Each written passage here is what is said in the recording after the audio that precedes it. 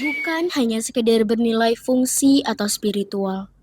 Setiap sudut bermakna doa tak pernah luput. Setiap sisi mengandung sejuta arti. Berdiri kokoh melahirkan kemaslahatan. Sebuah tempat yang menjadi kekayaan bangsa. Kota kecil namun kaya. Tempat akulturasi berbagai budaya. Probolinggo, kota pusaka, di sudut kecil wilayah Jawa Timur, Indonesia. Terjajah, namun terjaga. Gereja Merah berdiri di jantung kota, berdiri tegak tak lekang oleh waktu. Lahir di bawah naungan Belanda dan menyimpan segudang kisah sejarah. Tempat yang menjadi saksi bisu perjalanan panjang sebuah kota.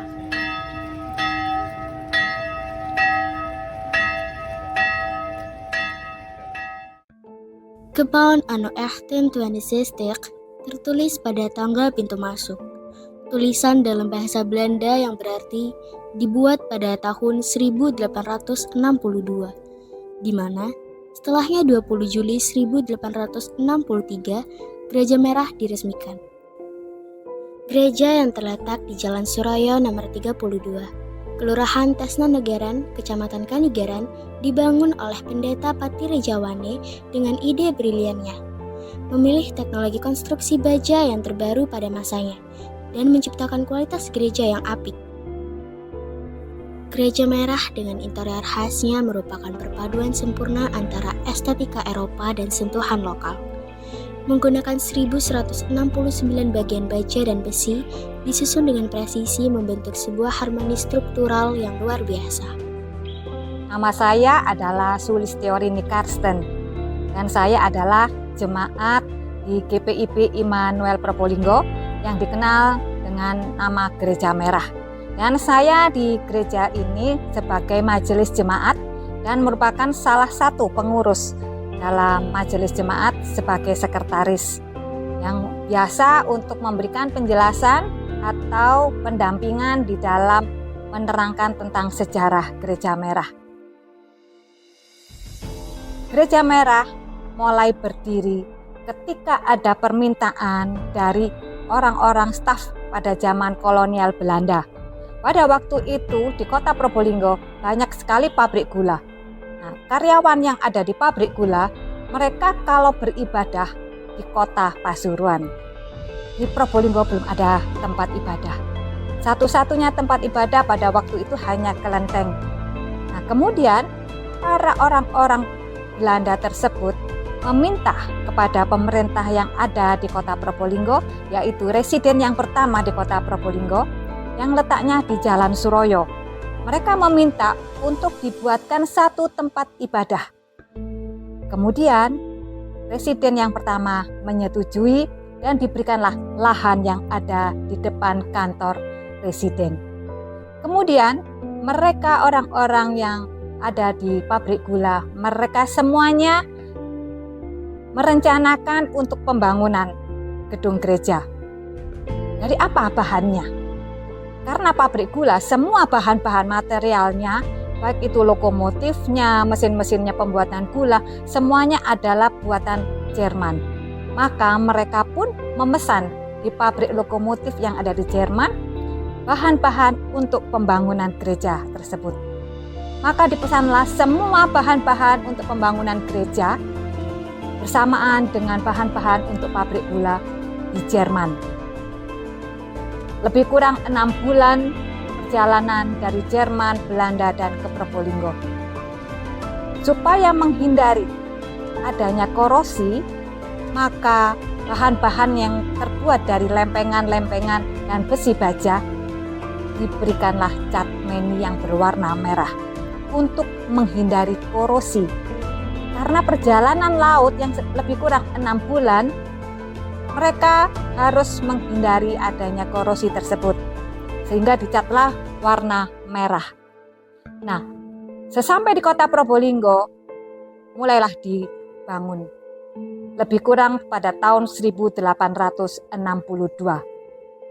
Lama pembangunan pada waktu itu lebih kurang 1 tahun. Dan diresmikannya pada tanggal 20 Juli 1863. oleh residen yang pertama di kota Probolinggo.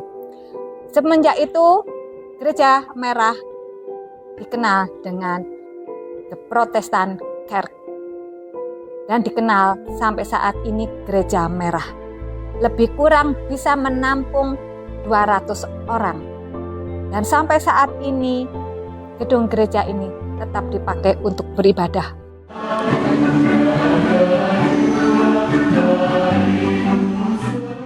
Pada tiap detailnya menceritakan kisah tentang kemegahan masa lalu. Kaca-kaca patri bagaikan permata yang bercahaya, menyaring sinar matahari menjadi spektrum warna yang mempesona, menciptakan suasana harmoni pada tiap tata ruang dalam gereja. Interior antik berbahan baja saling melengkapi, menambahkan keistimewaan bangunan. Mimbar baja menjadi identitas yang berdiri kuat, kokoh, bahkan waktu pun tak bisa merusak. Tangguh dia memancarkan keindahan yang abadi. Di dalam gedung Gereja Merah ini ada mimbar. Mimbar ini untuk khotbah. Setiap hari Minggu, siapapun yang berkhotbah hari Minggu adalah mimbar. Nah, mimbar ini dikenal sebagai mimbar yang limited edition. Kenapa kok dikatakan limited edition? Karena perusahaan lokomotif hanya membuat 2. Yang satu di Probolinggo dan yang satu ada di Belanda. Inilah keunikan dari Gereja Merah. Kami memiliki mimbar yang dibuat hanya ada 2. Dan pabrik lokomotifnya sudah tidak membuat lagi. Ini yang menjadi keunikan dari Gereja Merah. Kemudian perangkat-perangkatnya, kami pun memiliki Alkitab yang dicetak pada tahun 1663, yaitu abad 16.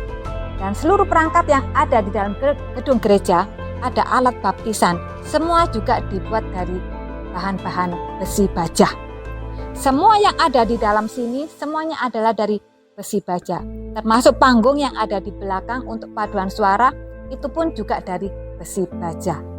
Nah, itu sebagian dari yang ada di dalam gedung gereja, perangkat-perangkatnya. Dan kami pun ada perangkat-perangkat untuk perjamuan dari bahan perak, itu juga dibawa dari Belanda oleh mereka, para misionaris. Kemudian siapakah yang berkhotbah mulai awal dari dibangunnya gereja ini? Kalau pada awal dibangunnya itu bergantian, silih ganti. Misioner yang datang silih ganti dari Belanda.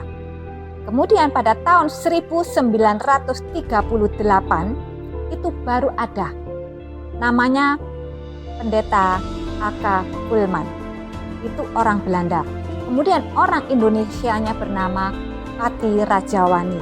Nah, Pati Rajawani ini, pendeta ini yang menerjemahkan dengan bahasa Melayu. Sedangkan Pendeta A.K. Kuhlman, dia yang menggunakan bahasa Belanda. Selama beratus tahun, gereja ini menjadi saksi bisu suka dan duka. Dinding-dindingnya menyimpan ribuan cerita, seperti halaman buku sejarah yang terbuka.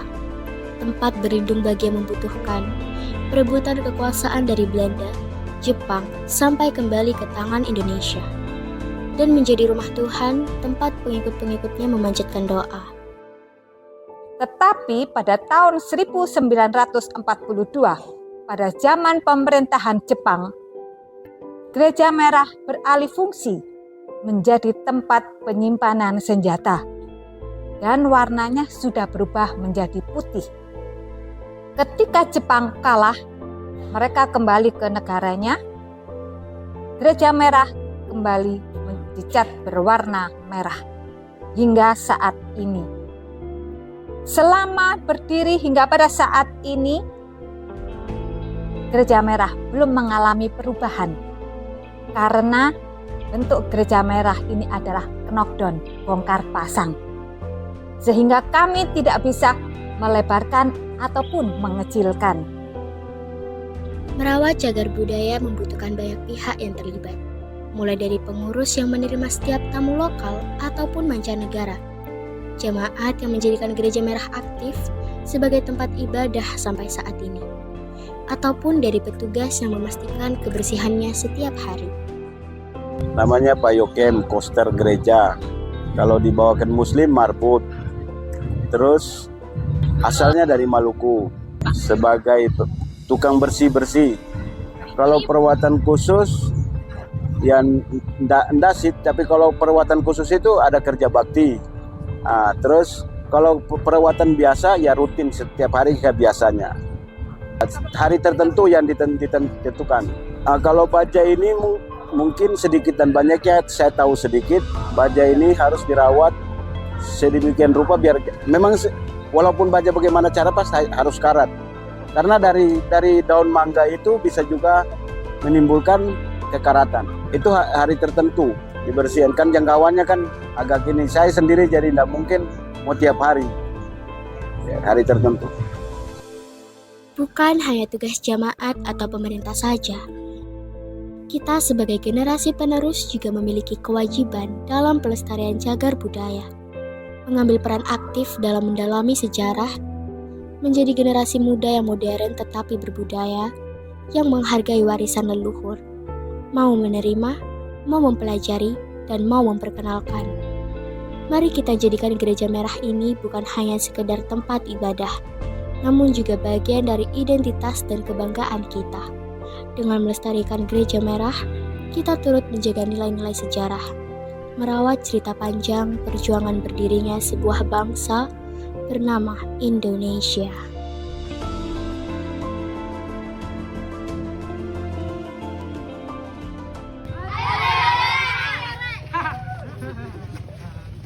Ayo, Boyka!